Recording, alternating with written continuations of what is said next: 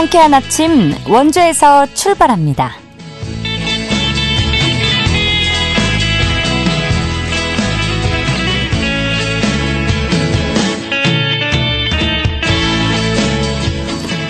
안녕하십니까. 6월 24일 월요일 KBS 원주방송국에서 보내드리는 상쾌한 아침 원주에서 출발합니다. 저는 진행의 이은주입니다. 주말 동안 곳곳에 많은 양의 비가 내렸는데요. 오늘도 기압골의 영향으로 동해안을 제외한 강원 대부분 지역에 비가 오다가 차차 그치겠습니다. 비에 황사가 섞여 내릴 가능성이 있는 만큼 우산 잘 챙겨 쓰셔야겠고요. 예상 강수량은 강원 내륙과 산지에 5에서 30mm인데요. 당분간 기온은 평년보다 약간 높겠고 습도가 높아서 낮 동안 체감온도는 31도 안팎으로 오르겠습니다. 동해 먼바다는 바람이 강하게 불고 물결이 높게 일 것으로 보여서 해안가 안전사고에 각별한 주의가 필요해 보입니다. 오늘 준비한 소식입니다. 강원특별자치도 교육청이 강원특별법 3차 개정안에 직업계 고교 산학 겸임교사의 수업 권한을 대폭 강화시키는 특례를 포함시켜서 전국 교직원 노동조합이 반발에 나섰습니다. 자세한 내용 알아보고요. 원주 영상미디어센터가 다양한 주제와 감정을 담은 독립예술영화 3편을 개봉합니다. 리포터 현장에서 소개해드리겠습니다. 영월군과 한국문화유산연구센터가 올해 9월 말까지 세계유산 장릉을 활용한 문화예술 행사를 진행하는데요. 이 소식도 자세히 알아보도록 하죠. 6월 24일 월요일 상쾌한 아침 원주에서 출발합니다.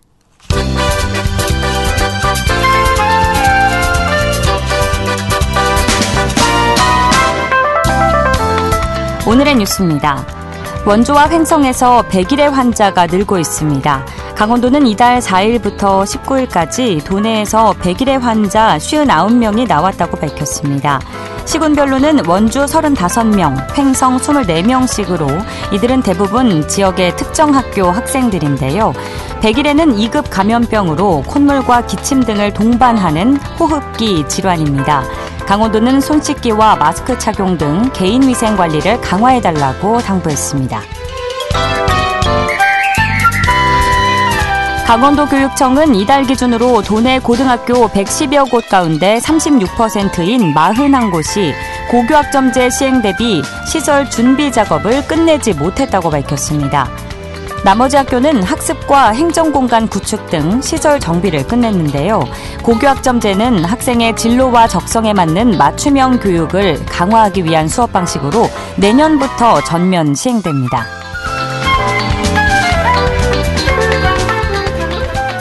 강원도교육청은 최근 3년 동안 사업비 4,300억 원을 들여 강원도 내 학교 40곳에서 그린 스마트 스쿨 설치 사업을 추진했습니다. 이 가운데 사업이 완료된 학교는 11곳이고 나머지는 아직 진행 중인데요. 이 사업은 깨끗하고 친환경적인 학교를 만드는 사업입니다. 오늘의 뉴스였습니다.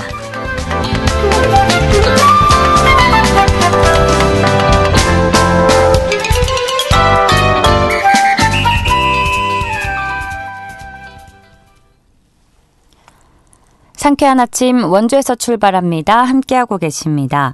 전국 교직원 노동조합 강원지부가 도교육청이 강원특별법 3차 개정을 위해 추진하는 교육 특례 중 하나인 산학 겸임교사 단독 수업권 부여를 중단하라고 촉구했습니다. 해당 특례가 교직의 전문성과 특수성을 부정한다는 것이 그 이유인데요. 자세한 내용 전국 교직원 노동조합 강원지부 직업교육위원회 현순애 사무국장을 연결해서 알아보도록 하겠습니다. 사무국장님 나와 계십니까? 네, 안녕하세요. 네, 반갑습니다. 지난 19일 전교조 강원지부가 도교육청에서 기자회견을 열고 산학 겸임교사 단독 수업권 부여 중단을 촉구했는데요. 이 산학 겸임교사란 현장 직무 경험을 바탕으로 전문 분야를 가르치는 교사를 말하죠. 네, 주로 직업계 고등학교에서 기능 분야 전문인으로 임용을 하지만 이 교사 자격증이 없어서 주로 보조교사 역할을 수행하는 분들로 알고 있는데 이런 산학 겸임교사에게 단독 수업권을 부여하는 특례가 강특법 3차 개정안에 반영이 추진되는 상황이라고 들었습니다. 현재 네, 맞습니다. 어디까지 논의가 이루어진 상태인가요? 네. 강원도는 강원특별법 3차 개정 추진 중이고, 이 중에 교육 분야 특례는 도교육청이 준비를 합니다. 그래서 도교육청이 작년에 특례 조항을 준비를 해서 교육부와 협의를 했고, 이 중 5건이 수용이 돼서 그 안에 직업계고 특수분야 산학교민교사 단독 수업권이 포함되어 있는 거고요. 이 내용을 바탕으로 이제 국회 입법 발의 추진 중인 것으로 알고 있습니다. 그러면 이제 산학겸임교사 단독 수업권 특례가 도입이 되면 교원 네. 자격증이 없는 산학겸임교사가 수업권뿐만 아니라 평가권까지 갖게 된다는 거잖아요. 네네네. 네, 이 수업권과 평가권, 그러니까 정확히 어떤 권한을 부여받게 되는 거죠? 네. 지금 현재 직업계고 고등학교에서는 산학교민교사라고 하는 제도를 운영을 하고 있습니다. 네. 그래서 교사가 아닌 사람들에게 저희가 같이 현재 있는 학교 안에 있는 교사와 함께 협력 수업을 진행을 해요. 이제 그러는 과정에서 교사는 이 산학교민교사의 교육 과정을 짜주고, 그리고 수업을 협력을 하는 거기 때문에 교육 과정이라든지 아니면 여기에 대한 평가라든지 이거에 대한 모든 권한은 현재 그 학교에 있는 교사가 하게 되어 있습니다. 그러면 사실상 교사와 거의 비등비등한 권한을 갖게 되는 건가요? 그렇죠. 단독 수업권이잖아요.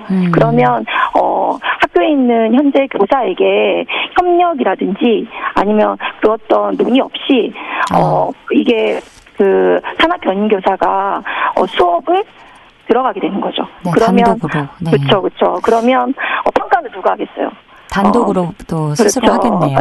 네. 그렇게 되는 것입니다. 네. 그러면 이 산학겸임교사 이제 교사 자격증 없이 이제 하시게 되는 건데 어떤 절차를 통해서 채용되는지 궁금하고요. 또 현재는 어떤 권한 정도가 주어져 있는지 알려주실까요? 네. 지금 현재 전국의 아마 모든 직업계 고등학교에서 산학교민교사가 운영이 되고 있을 거예요. 네. 특히 특수 분야라든지 아니면 학교 안에서 점점 사회가 기술이 발전을 하잖아요. 네. 그러는 과정에서 산업체 강사를 저희가 함께 학교 현장에서 협력하여 운영을 하게 되어 있고, 이거는 도교육청에서 산학교민교사 운영 계획이 해마다 나옵니다. 그리고 그 학교별로 산학교민교사가 필요한 학교는 신청을 받게끔 되어 있어요. 그러면 교육청에서 예산을 주는 거고, 그러면 학교당 권한으로 채용을 하게끔 되어 있습니다. 그러면 이렇게 채용된 산학교민교사는 실제 산업체에서 근무를 하신 분들이기 때문에 학교에서 좀 더 생생한 교육을 하는데 저희 교사들이 협조를 구하고 있는 거죠. 아무래도 이제 뭐 예체능 분야나 정말 그런 전문 기술이 필요한 분야에는 그 분야에 있는 분들이 가르쳐주는 게 제일 좋을 것 같긴 합니다. 네네네. 하지만 이제 단독 수업권을 갖고 이제 평가권을 부여하는 분야는 이제 다르다고 보시는 거죠? 그렇죠. 이건 엄연하게 다른 부분이고, 이거는 일선 학교 선생님들이 지금도 산학교민교사를 채용해서 운영을 하는 데 있어서, 이거를 계획하고, 운영하고, 실제로 교민교사는 오셔서 수업만 하시잖아요. 네. 그런데 이것이 아이들한테, 이게 수업 이후에 이것이 아이들한테 끼칠 영향이라든지, 그리고 효과라든지 이 평가는 지금은 학교 선생님들이 하고 계신 거거든요. 또 도교육청의 이 특례 추진 이전에 도내 직업계고 교사들의 의견 수렴 이런 것들이 이루어지지 않았어서 현재 도내 직업계고 교사 55명 중에서 산학겸임교사의 단독 수업권 포함 여부에 대해서 알고 있는 교사가 15명 뿐이라고 들었거든요. 네, 저희는 사실 이 교육청 특례 추진 과정에서 그 어떤 것도 사실 완전히 오픈돼서 뭐 알려지는 내용들이 없었어요.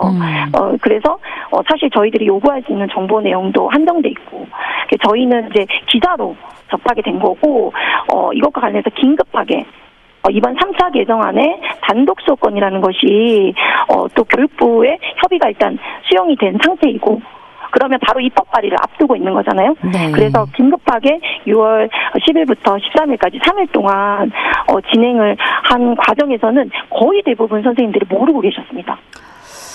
좀 일단 추진해 나가는 절차에도 약간은 문제가 있었을 수밖에 없을 것 같은데. 당연하죠. 네. 네. 어쨌든 도교육청 측에서는 해당 특례에 대한 필요성이 제기가 됐고, 이제 우려되고 있는 교사 정원에 대해서는 이들을 정원 외의 인력으로 채용하겠다는 입장을 밝혔는데요. 이에 대해서는 어떻게 생각하시나요? 아니, 진짜 방송이니까 이런 말씀 드리겠지만 정원을 늘려야지 정원의 인력을 늘려서 유지한다는 게 저는 사실상 말이 안 된다고 생각을 하고요. 이거는 지금도 교육부나 관계부처에서는 학력 인구 감소를 이유로 교사 정원을 늘리고 있지 않습니다. 오히려 축소를 해 나가고 있는 상황이고요. 그런데 산학경영교사를 정원의 인력으로 관리하겠다. 이거는 다시 말하면 전문교과 교사들을 새롭게 충원하지 않겠다는 말과 다름이 없습니다. 그래서 저희 전문교과 교사를 학교에 그만큼 덜 배치하게 되는 거고, 그러면 교사의 안정적 충원이 되지 않는 문제이기 때문에 지금 일선 학교 선생님들이 굉장히 크게 우려를 하고 있습니다. 그렇군요. 이 산학 겸임교사의 역할은 분명히 있지 않습니까? 필요성은 이제 동의하시는 거죠. 그렇죠. 오랫동안 운영이 되었던 제도예요. 그래서 학교 선생님들도 이런 우수한 산학 겸임교사 강사님들을 뽑으려고 굉장히 많이 노력을 하고 있고, 그리고 그런 강사분들이 오셔가지고 이제 학교에서 아이들이 사실 저희는 아이들은 무슨 생활지도 또 아이들의 전반적인 거를 다 보는 거잖아요. 그러다 보니까 기술 습득뿐 아니라 아이들이 이걸 가지고 사회에 대해 예비 사회인으로 성장할 수 있게끔 저희들은 지도를 하는 입장이기 때문에 이 제도를 적극적으로 잘 활용하고 운영해 오고 있고, 그리고 운영하겠다는 교사들이 그렇게 그런 마음이에요. 그런데 교사들 오히려 믿지 않고 산학경영교사에게 단독적으로 보장을 한다는 거는 전혀 말이 되지 않는다고 생각합니다. 그럼 평가권 부분은 어떻게 생각하시나요? 권한 어떤 정도가 적당하다고 생각하시는지 끝으로 듣겠습니다. 지금처럼 유지하는 것이 맞다고 생각합니다. 왜 강원도만 전국 유일하게 가장 최초로 단독수업권을 보장한다고 요구를 하는지 이해할 수가 없고요. 특수 분야라고 하지만 충분히 지금 있는 선생님들이 산학경영교사에게 같이 협력하면서 수업을 오히려 지금 있는 선생님들한테 교원 역량을 더 높이기 위한 노력을 더 해야 되지 않는가, 그런 생각입니다. 알겠습니다. 오늘 말씀은 여기까지 듣겠습니다. 고맙습니다. 네, 감사합니다. 지금까지 전국교직원노동조합 강원지부 직업교육위원회 현순애 사무국장과 이야기 나눴습니다.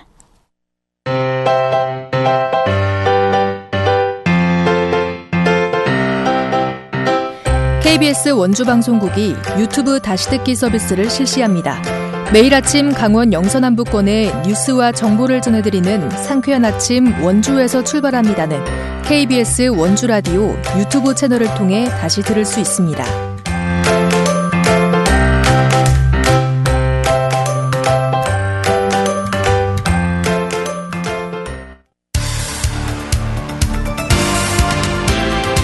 알찬 정보, 생생한 현장의 소식을 전해드립니다. 리포터 현장. 지금 시각 8시 45분 지나고 있습니다. 원주 영상미디어센터가 독립예술영화의 매력을 전파하기 위해서 다양한 주제의 작품을 공개하는데요. 자세한 소식 박다연 리포터가 취재했습니다. 어서 오세요. 네, 안녕하세요. 네, 원주 영상미디어센터에서 독립예술영화를 개봉한다고요? 네, 맞습니다. 원주 영상미디어센터에서는 평소에 쉽게 접하기 힘든 독립예술영화를 개봉합니다. 아무래도 독립영화 같은 경우 상대적으로 관람 기회가 부족한데요. 네. 이런 이런 독립영화들 중에서도 영상미디어센터가 선별해서 수준 높은 영화를 보실 수 있습니다. 영화 상영은 매달 둘째 주부터 넷째 주까지 목요일과 토요일에 상영하고 있는데요. 이달에는 장교 부부의 그림 같은 일상을 담은 존 오브 인터레스트, 또 다큐멘터리 영화 생추어리, 한반도 평화의 주제를 담은 판문점이 개봉됩니다. 자세한 내용 원주 영상미디어센터 정혜민 주임과 이야기 나눠봤습니다. 네, 원주 영상미디어센터는 매달 3편의 독립예술 영화를 개봉하고 있습니다. 상대적으로 관람 기회가 부족한 수준 높은 독립영화를 선정하여 개봉함으로써 원주 시민들에게 다양한 영화를 관람하실 수 있도록 도와드리고 있습니다. 이달에는 22일과 27일, 29일 상영이 남아있는데요. 매달 둘째 주부터 넷째 주까지 목요일, 토요일에 상영하고 있으며 자세한 일정은 원주영상미디어센터 홈페이지 참고 부탁드리겠습니다. 센터 내에는 77석의 상영관이 있으며 성인 5,000원, 학생 3,000원에 관람하실 수 있습니다. 오시는 길은 일산동 시민문화센터 4층 원주영상미디어센터입니다. 사실 저도 독립영화 잘은 모르지만 관심이 있어서 정동진 독립영화제에도 가보고 또 강릉 신영극장에서 영화도 봤는데요. 네. 보통은 이제 좀 생소하게 느낄 분들이 많으실 것 같습니다. 구체적으로 어떤 영화들이 개봉되는 건가요? 네, 우선 독립예술영화란 독립영화와 예술영화를 합친 영화 말인데요. 네. 독립영화는 일반 상업영화 체계와 주요 제작사의 소수 독점 관행에서 벗어나서 제작된 영화를 의미합니다. 그래서 우리가 일상에서 더 접하기 힘든 건데요. 네. 예술영화도 상업영화와 달리 흥행을 목적으로 하지 않는 예술성 위주의 영화를 뜻하는 말입니다. 원주 영상미디어센터에서는 이런 독립예술영화에서 다양한 주제와 감정을 담은 작품을 엄선해서 상영하고 있는데요. 이달에 개봉한 첫 번째 영화로는 존 오브 인터레스트가 있습니다. 아우슈비츠 강제수용소 담장 밖에 꽃이 만발한 루돌프 헤스 장교 부부의 그림 같은 일상을 그린 작품이고요. 두 번째 생추어리는 야생을 빼앗긴 야생동물과 그들을 위한 보호소 생추어리를 만들려는 사람들의 모습을 담은 다큐멘터리입니다. 판문점은 의자만 있다면 남북이 만나 대화할 수 있는 공간인 판문점을 다루는데요. 내레이션을 박해일 배우가 맡았습니다. 이어서 원주 영상미디어센터 정혜민 주임 이야기 들어보시죠. 네, 올해 독립예술 영화 상영을 3월부터 시작하였는데요. 회차를 거듭할수록 많은 시민분들이 관람하러 와주셔서 감사합니다. 앞으로도 유익하고 의미 있는 영화를 선정하여 개봉하게 되면 더 많이 찾아와 주시지 않을까 기대하고 있습니다. 또 센터에서 영화 상영뿐만 아니라 다양한 미디어 프로그램도 진행하고 있는데요. 미디어 놀이터라고 관내 학교나 어린이집, 유치원 등 저희 센터로 견학을 신청하시면 크로마키 체험, 더빙 체험, 단편 영화 상영 등 다양한 체험이 가능합니다. 그리고 센터에서 진행하는 미디어 교육과 방송 장비 대여 등 방송 영상 관련된 프로그램을 다양하게 진행하고 있으니 많은 관심 부탁드립니다. 이 무더운 여름날 영화관에서 영화 보는 것만큼 시원하고 행복한 게 없을 것 같은데요. 많은 분들이 함께 하시면 좋겠습니다. 영화 관람하기 위해서 어떻게 해야 할까요? 네, 영화는 오는 27일과 29일 상영이 남아있고요. 원주시 보건소 4층 모두극장으로 오시면 됩니다. 자세한 영화 일정은 원주영상미디어센터 홈페이지를 참고하시면 되겠습니다. 또 성인 5,000원, 학생 3,000원의 관람료를 받고 있으니까요. 무더운 여름 시원한 영화관에서 접하기 힘든 독립예술영화 관람해 보시면 좋을 것 같습니다. 네, 오늘 소식도 잘 들었습니다. 박다현 리포터였습니다. 네, 감사합니다.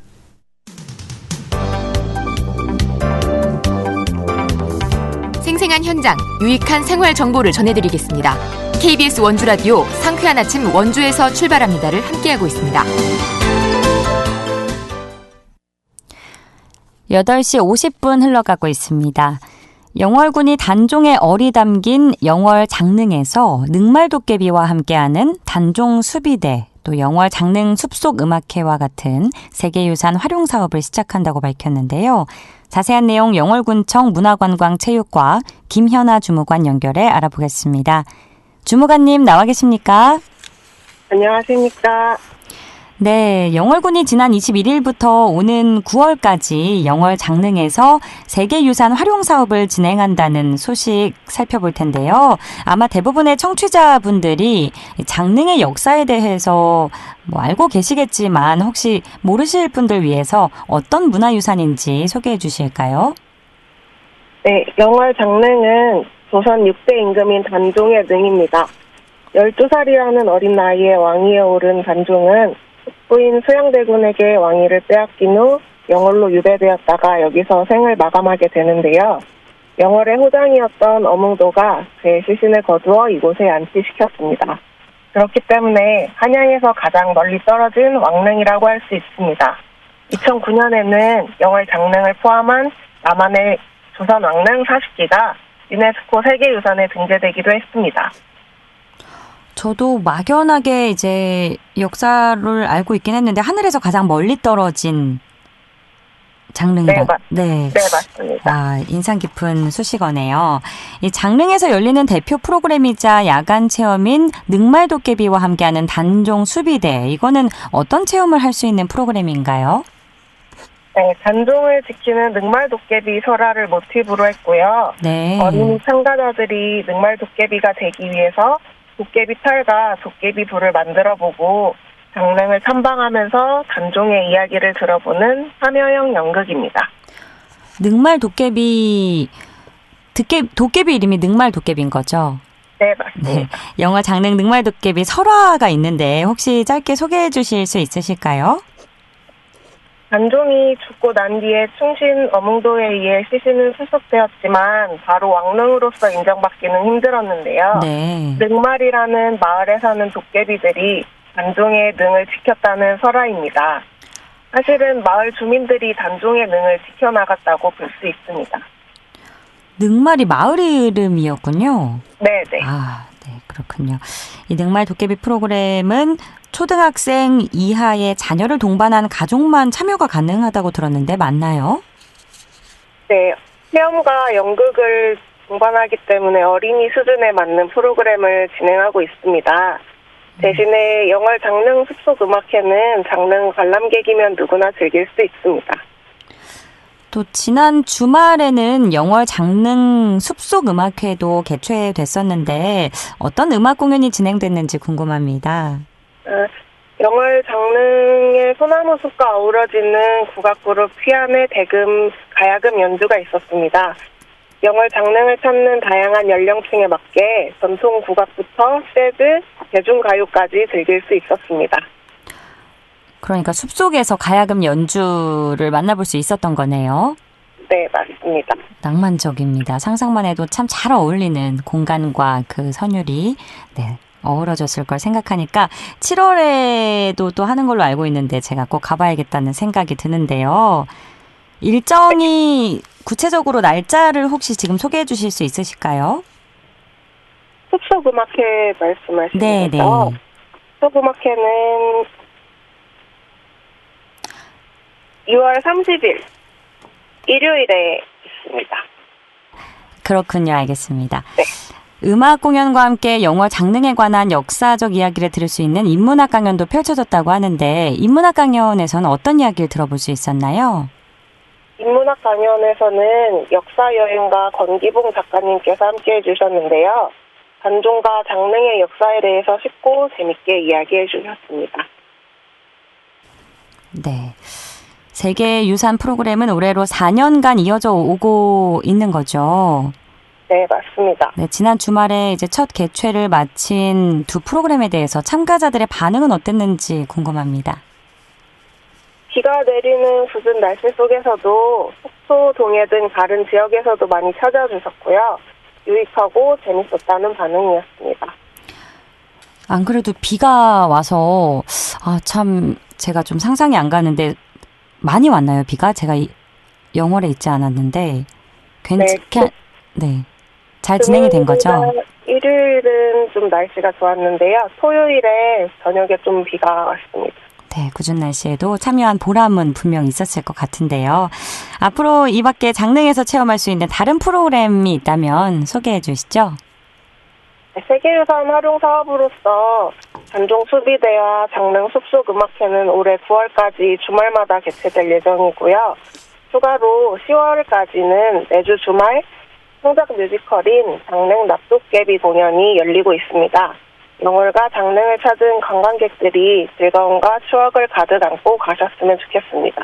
네, 앞서 그리고 영월 장릉 숲속음악회는 제가 찾아본 바로는 7월 21일, 또 28일, 8월 31일, 9월 1일, 9월 7일, 9월 8일에 무료로 참가할 수 있다는 점 알아두시면 좋을 것 같네요. 이 부분 맞는 정보죠, 주무관님? 네, 맞습니다. 알겠습니다. 오늘 말씀 감사합니다.